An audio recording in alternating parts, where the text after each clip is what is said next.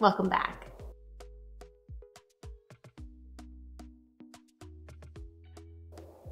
Welcome back, people, and a huge welcome to my Thrival Tribe. If you haven't met me before, my name is Lexi Tommy, and this is my Thrival Guide. Every Thursday, I sit down and I talk to you about how to get your life together. It's a fun little channel on adulting, and it's going to help everything in your day-to-day go much smoother. So stay tuned today and subscribe below so I can keep coming back at you every Thursday. If I'm the first person to check in with you today, yay! Today we are prepping for our next spring freezer bulk meals. You're gonna love it. Spring meals are really different than other seasons. Fall, you're wanting like casseroles and hearty soups, warm, thick items. In spring, you're more wanting like light salads that are like meal salads and fresh wraps and things like that. You're not quite at the summer barbecue phase, but you're just wanting fresh, fast items. And the spring meals go really fast because they tend to be what I term as dump meals. And actually, I think that's actually a term you can look up on Pinterest, like freezer dump meals or something like that. It will work for you. Basically what dump meals are is you take the Ziploc bag, you dump everything into it. That's the meal. So it works out beautifully because you can throw the whole brick into a slow cooker, or you can throw it into the sink to defrost, and supper's on its way. I also find that in the spring, I tend to like sly away from things like hot soups and big casseroles and big hearty meals like that. That's more for fall and winter. And honestly, I still have many of our winter meals still available. Our winter bulk meal was way bigger than I thought it was going to be. And so it ended up producing so many meals. We're still working through those. We're going to create a spring section so that we can interrupt those hearty meals with some fresh, fun items. This is also going to be a smaller round in that I have planned to do a summer bulk meal run. So that those are more things like a lot of skewers and a lot of things for the barbecue. And I don't want to have that delayed too much. I just need a couple of meals to go ahead, throw in the freezer, make nice and fresh so that we can get us over that hump and towards the summer bulk meal session. In this round of meals, I'm making beef meals, loaded burger bowls, lasagna soup, beef fajitas, Chinese honey glazed beef with walnuts. For the chicken meals, I'm making chicken and turkey bacon skewers with roasted veggies. Sweet and savory Italian chicken skewers I'm going to serve on a creamy cucumber salad. Honey garlic chicken skewers that I'm going to serve on with basmati rice and a side of fruit. For the sausage meals, I'm going to make smokehouse maple sausage and egg hash and a honey mustard sausage salad. That's 9 different kinds of meals, 24 meals in total, and it's going to be the perfect amount to get us to the next round. And today I'm going to take you step by step through the prep for that bulk freezer meal making. The first step is planning the meals. In terms of planning the meals, I first sit down, I write down all the categories. So for example, this round I'm going to be making lots of salads and wraps, a few of the bowls, and they're going to be packed full of veggies. With that goal in mind, I also want to consider what my family enjoys and what they would like in terms of flavors and food so that we don't get sick of the items that we're making. I also want to consider that we are also a meat reduced family. We do eat meat, but we eat it in reduced amounts. So for example, where a normal family of 4 might eat 4 chicken breasts or more, we eat more like 2 or 3 between the 4 of us and usually have leftovers. Next, you're going to want to go ahead and search those recipes up on Pinterest. I know already that I'm focusing on light and on fresh and on things that can be served in wraps and bowls and meal-sized salads. I want some chicken meals. I want some beef meals. My family enjoys sausage.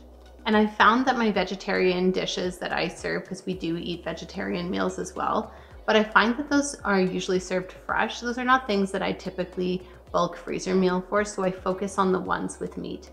And because I want beef meals and because I want chicken and sausage meals, I want to go ahead and search those individually on Pinterest or on your favorite meal making site. I pin everything and anything that looks good, and then I go back through it. Some of the sites that I've enjoyed over the years are sites like the Six Sisters site. On that site, you can go and choose meal by category. So if you are gluten-free, you can choose gluten-free meals. If you are diabetic, you can choose diabetic meals. If you're vegetarian, you can choose those too. And then you can decide which ones go ahead and fit in the categories that you're looking for. It's a great way to pare down the recipes so that you're not confused and defeated in the process. Next, you're going to go type out the meals list and the number of meals that you're making. Decide how many of each meal you're going to want to make. If you make too many of one kind, you will typically find that that's the meal that you have left over at the end when you've finished all of the other meals, and that will be the only one that you'll have left. Consider a variety of meals. For example, even though this meal run is smaller than I typically do, I have some meals from the winter, and I still have 9 different kinds of spring meals that I'm making as well. It allows some option. It means that I won't have to serve the same thing in a 2-week period, and that adds a lot of variety to our family's life. You'll also want to consider, is this a family favorite? Because the number will be higher than if it's a family favorite. If it's a brand new recipe, you may only want to make like 1 or 2 of them just to try them out, because if you don't like them, you don't have 4 more of them in the freezer and you can give away one of those meals to a friend. Next, you're going to create the ingredients list. This is way easier than you think. Pull up the recipe and strategically write down every single ingredient, one after the other, and how much you need of each ingredient. You want to times that by the number of meals you're making to ensure that your list is complete. Once you have your complete grocery list, go in with a highlighter and go through your own supplies. That's right, shop your own groceries first. Stroke them off as you have them and make sure you have enough of them before highlighting them off the list. Then you'll find what you actually need. It will save you so much money in the end. Next, I'm gonna go ahead and I'm gonna order those groceries on my Superstore grocery ordering app. There are lots of grocery store apps available for you to order and pick up your groceries. I like to lay it out that way so that I can see exactly what I'm ordering, exactly how much the cost is going to be, and I can adjust it if I need to. There's been times where I didn't want to spend that much on bulk meal making, and so if I needed to cut a seasoning, I just did that, and I just did without it, and it's fine. It works out great in the end.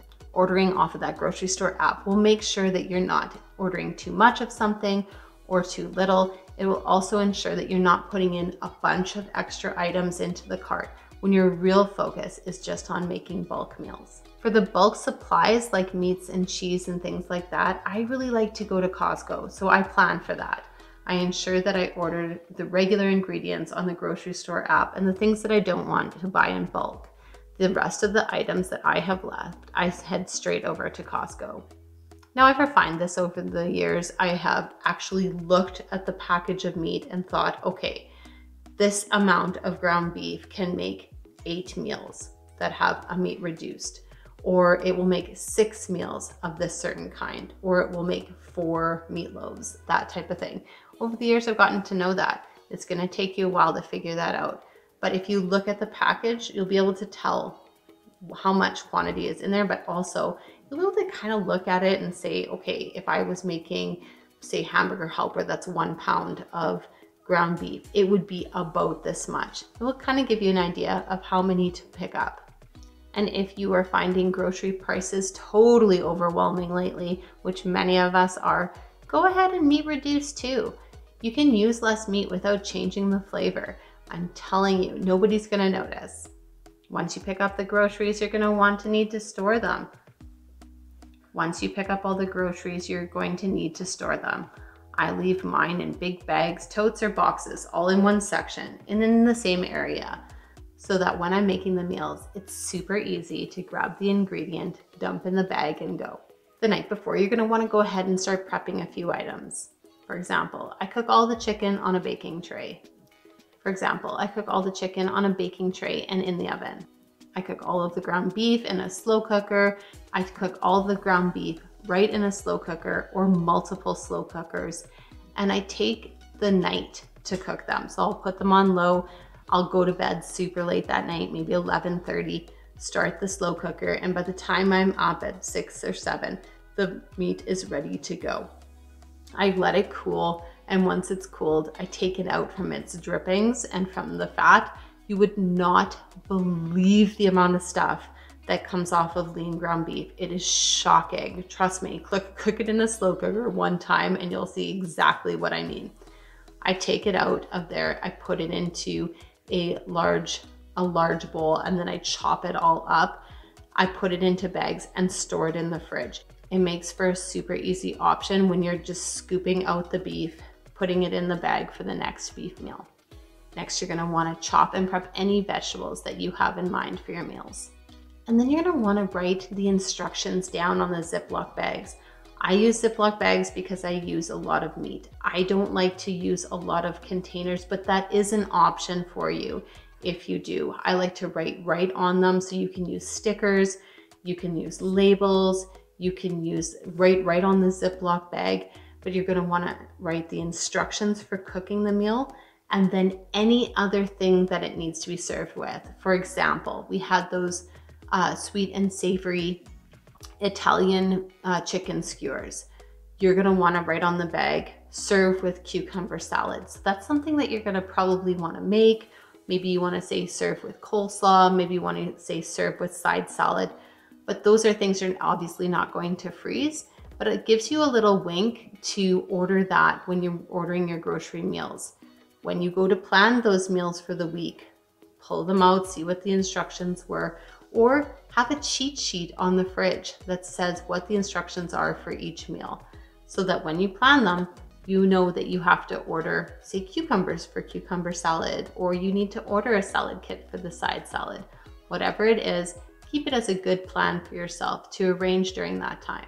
And if you're making these meals along with me, yay, I can't wait. It's gonna be so much fun. I'm gonna go ahead, I'm gonna add the meals to the description box below, so check them out. Leave your comments, let me know how you're enjoying them. I can't wait to make them with you. If this video helped you, let me know in the comments below.